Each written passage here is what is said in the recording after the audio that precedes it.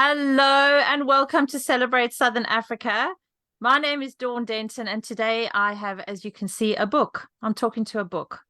Yep. Talking to two books. Talking to two books. I have a face for radio. Yes, no, that's a good idea. So Deon Newbronner is my guest this evening, and full disclosure, Deon and I have known each other since we were 18 and we're now 25.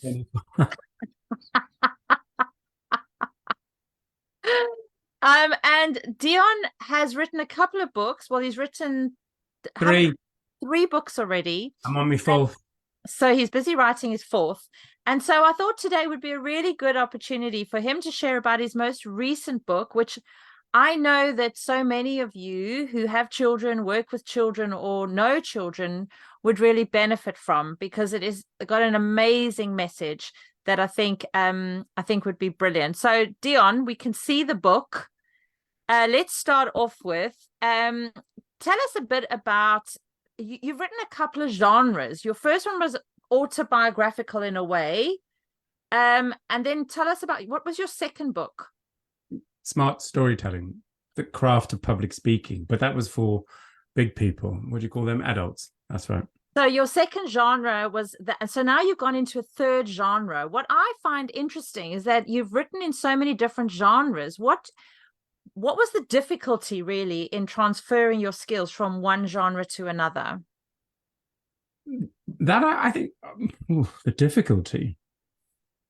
I don't think they were difficult. There wasn't any real difficulty. And I'm saying that not in a sort of big-headed way. I'm saying that because I was told at school, there's a little story to this. Funny that, storytelling and all that. I was told at school that I wasn't very good at writing in English literature by my English teacher, Mr. Ford. I'll never forget him. He told me that I wasn't very, I ought not to expect high marks. And I think fast forward some 30 odd years, I was determined to make sure that that sort of messaging didn't have any kind of place in my life. And as a result, I think I was just keen to write as much as I can. And I've always done writing. I've always written blogs and things like that. So for me, it wasn't difficult, but it was quite challenging to know which bit of my life to write about, which thing that I was good at to write about. So I guess that's what I would say to that.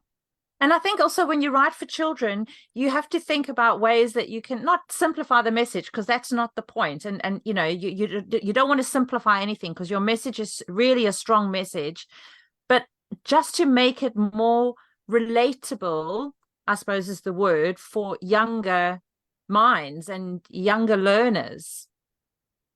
Absolutely, to making it relatable is so important. And I come back to my whole life has been about public speaking, and there's a story behind that too, but I won't go into that one too much because this is not about me. This is about the book. Oh, isn't it? Oh, maybe it is. But I think my whole life has been about public speaking and helping people get better at public speaking. And the whole point about, well, one of the major points in the stuff that I do with people is making sure that that which you're talking about is relevant to you, i.e. connects with you, and relevant to the audience. And in order to make, let's face it, a dull subject, and public speaking or public speaking training is quite a dull subject. In order to make that a bit more non-dull and engaging and fun and exciting and interesting, I thought, hell, wonder what I could contextualize it with. Oh, yeah, I could contextualize it with like some sort of fictional element. And that's when I thought about, oh, what did you like at school? I loved, when I was growing up, The Famous Five and The Secret Seven and all that stuff. I loved all those books. So I thought, make some sort of Famous Five-y type thing. And my whole life was all about living outdoors. South Africa is all about outdoorsy, and I grew up mostly childhood in Zims and then in South Africa. And so we were always going on adventures and making up stuff about adventure and there was this rock pool, which is in the story, which is in Launchpad, about Charlie, Will, and the other character. What's the other character's name? Oh yeah. Memorable. Oh yeah, absolutely. So Sarah was the other character's name. So I think what is important though is that you've been working with adults, but you thought actually there is a need for younger people to learn these skills as well. Why? Do you think there's something in the world that we are not spending enough time on these basic skills with young people? Or why do you think that your public speaking message is so good for young people? One word: confidence. That's it. Think about it. We hear so much. Recently, I was helping someone with a TEDx event, and I was helping those people get better at talking about what their idea. And I was watching some TEDx or TED videos, and in the one I remember, I've seen it before on my Facebook reel or whatever you call it. It's about grit, and essentially the woman was talking about being courageous, and there's a whole lot of science behind that. But I think that's just a new word, or maybe a word, it's a synonym for confidence. And I think that's it. It's about confidence. And for me personally, I had a bad experience at school when I was little, and it blew my confidence with public speaking, even though I've spent 30 years, sorry. 20 years. Oh yeah, 20 10 years. 10 years. I've spent a number of decades training probably the most, successful CEOs of some of the most largest corporate businesses in the world. But for me, even with them, it's about confidence. They may not articulate it in that way, but it is about confidence. And for children, it's about giving them the space to see how good they are in their own unique way. And that's the stuff I do, is about helping you see that unique way of being confident for yourself. And it couldn't be more rewarding than doing it with children. So do you think there's a real gap in the education system, that this stuff isn't taught just as a default in every schooling system? I think it's touched on. I think it's touched on in a way that is okay, but I think it's touched on, and what I mean by that is that it's quite formulaic, that you must do this, and you must say this, and you must do it this way, and when that isn't really something that I sort of fit into, that I feel confident with, then I'm not good at it. Whereas the approach that I take, even with, and I'll tell you why in a minute, even with children, is I get them to see themselves and see the capability that they have themselves. And in doing so, they are able to build a confidence that's, I think, far more solid and on more solid foundations than it is in some sort of nebulous kind of, I must be like them, or I must speak like them, or I mustn't use my hands, or I mustn't whatever. And that's why I think it's not about a formula. It's very much about that unique. I think there's also an element of cultural differences. You know, if I've led any kind of workshop with Americans or done a talk with a crowd of Americans, I find that they are more confident to maybe stand up and ask questions. Whereas when I've done it with, British kids or teenagers or adults, there's a bit of a holding back. You need to do a bit more warming up to get people inspired enough to put their hand up to ask the speaker questions. Do you think that there's cultural differences in how our confidence is, I suppose, not thrust on us, but the environment is created for us to be more confident in some cultures? Yes, absolutely. I think culture has a huge part to play in it. Not least of all, I'm South African and therefore I am quite direct. And then some people might suggest quite earnest in my delivery. And and I think that is unique to a particular culture, and certainly to me. I think America generally is a place of uber confidence. I think they are in that way, and I think there is a sense that I think the old stiff upper lip in British culture, whilst never explicitly there, is still there, and one ought not to be, as we say in South Africa, furo pivar. Yeah, I kind of wonder though how we I don't know, encourage people to be a bit more confident, because there is a confidence obviously on things like social media.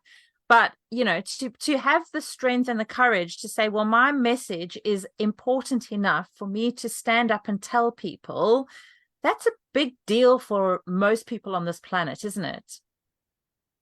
Yeah, I think it is, but I think because we're on this, and I don't like this thing that we're on. I don't particularly like it. As I said, I have a face for radio, I think, but but on a more significant, more deeper level, I think there is um, it serves to protect. One doesn't have to be truly honest on here. You can say what you like, or you can say what you think they want you to say, or what you think they want to hear, to try and figure that one out.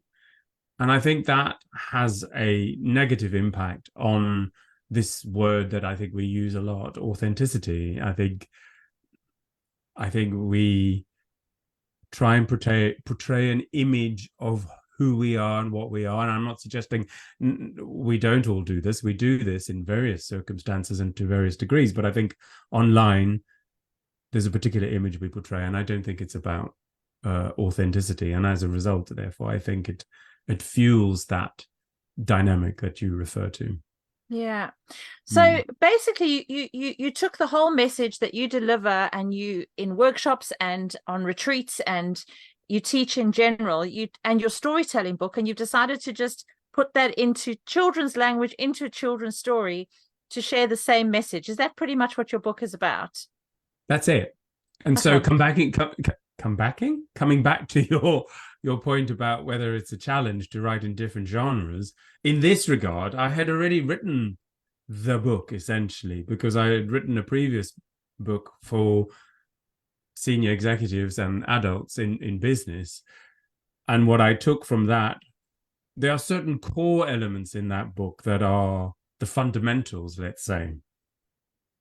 And I took those, and I thought they were the best ones to be able to, in a playful way, because it's a series of exercises. They're improv exercises, which was my background back in 1997 in New York. And that's what they are. They're a series of improv exercises that the children characters play together, and then the main character decides or is able to discern the value of those games for herself and use them when she's crafting a talk that she has to do for Miss Williams later in the week, or after 2 weeks.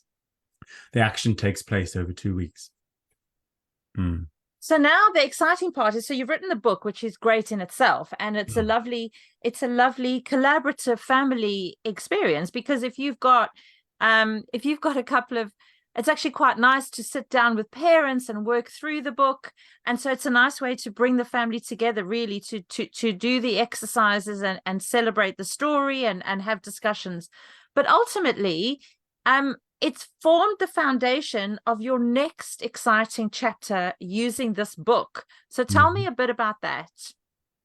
Well, that kind of started when William, my son, who's now 11, he was 10 at the time, his school asked parents, do they want to do something in the school? And I was like, I don't know, what do you mean?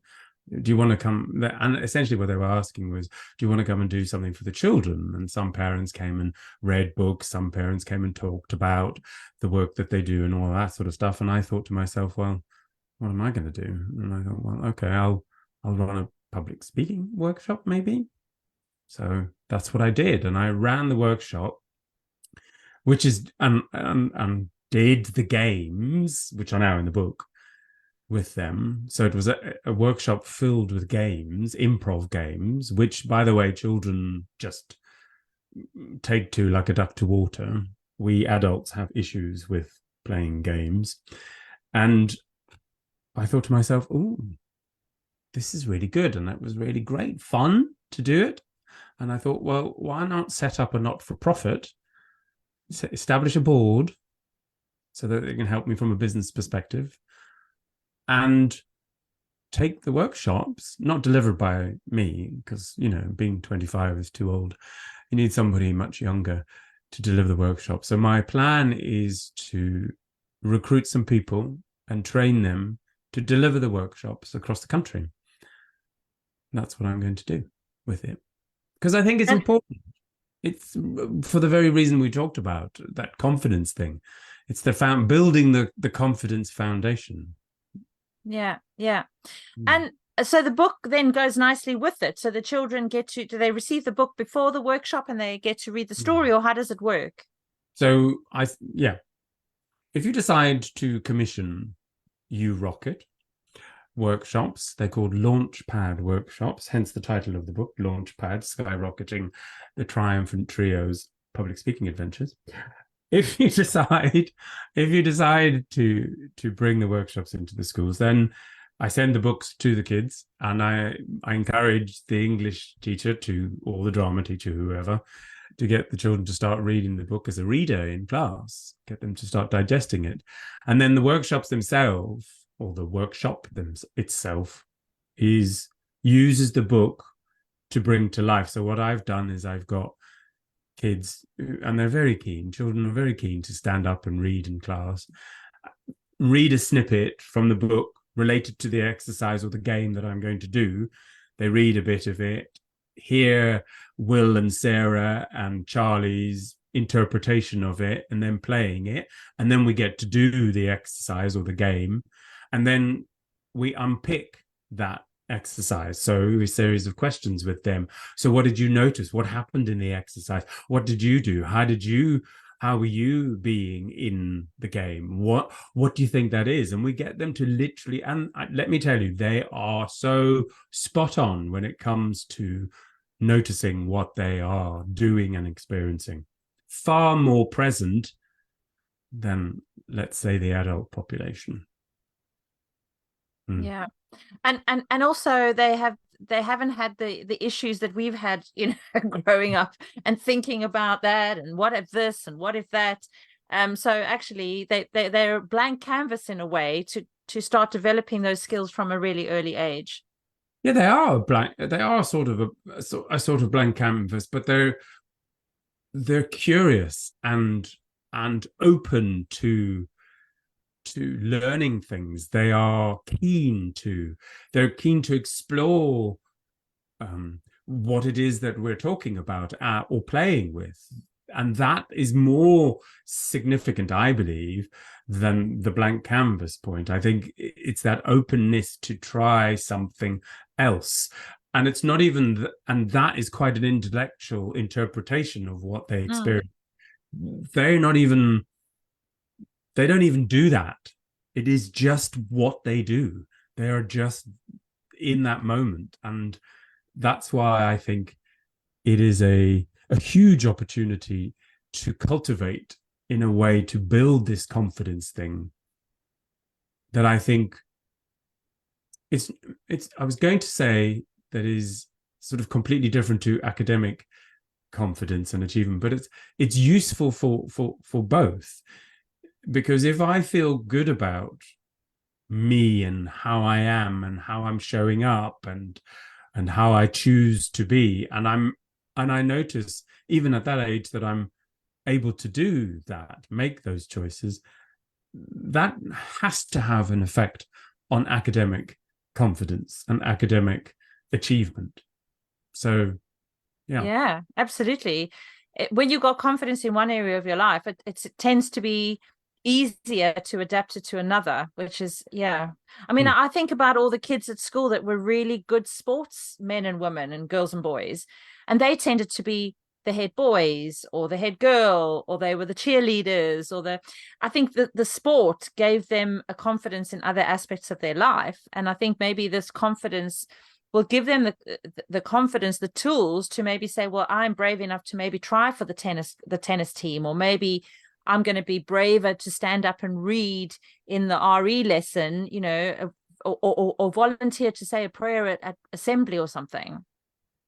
Yeah, and equally, when one is lacking in confidence, when one is doubting in one aspect of your life, that doubt fuels or spills over into other aspects.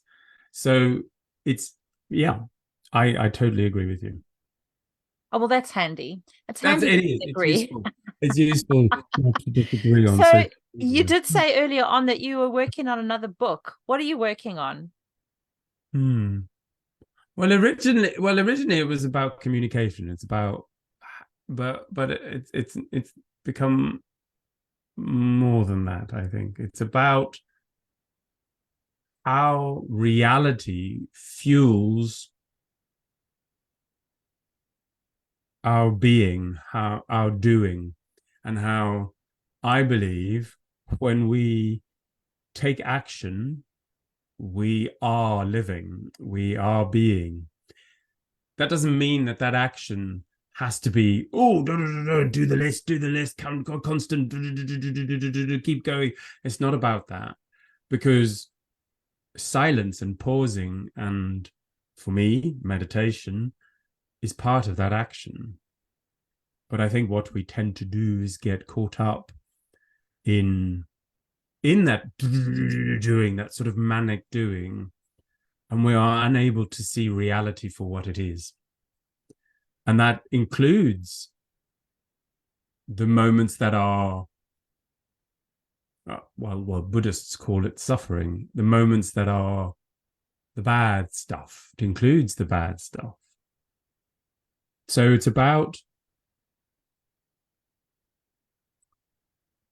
recognizing, noticing that what reality is and how it can help you be more. Don't have a Wow. title. Oh, well, I do have a title. I do. I do have a title. Yes. And are you going to share it? Well, there's another dimension to it. I'm calling it unscripted. And I think when we script our lives, we are so drawn into that doing mode. In other words, when we believe that everything has to be a particular way, in other words, when we plan everything out to the nth degree, we then are consumed by either not living in accordance with that plan, or we're consumed by that plan. And we then end up not being. And my suggestion in the book is that if we live life in an unscripted way, and the unscripted is a hark back to me and improvisation back in the day in 1997 in New York. In those moments there, what I learned was improvisation, and I think life is about listening and responding. And that's where I'm coming from with the unscripted thing. I think if we are unscripted, we allow ourselves back to the children thing, that openness I was referring to, that willingness, that curiosity, that excitement with this moment. When we're open to that, which I think is the unscriptedness of life, we live then in reality, and we are doing leading to being. Wow. Mm. That sounds amazing. That sounds amazing. Do you have a deadline for that, or is it just going to be when you get there? I know. That's the big question. I'd like it to be done by the end of January, I think. That's ambitious. Okay. So where can people find out more about your books and also just about other stuff that you do outside of your writing? You can find me on LinkedIn. Okay. I'm Newbronner, so LinkedIn is groovy. You can find me on Facebook. I'm hardly ever on Instagram. There's some old stuff on there. Doesn't look good, but never mind. Yeah, LinkedIn. And you got have you got a website? Of course, yes. For the books, it's for the children's book, it's called You Rocket, u-rocket.co.uk.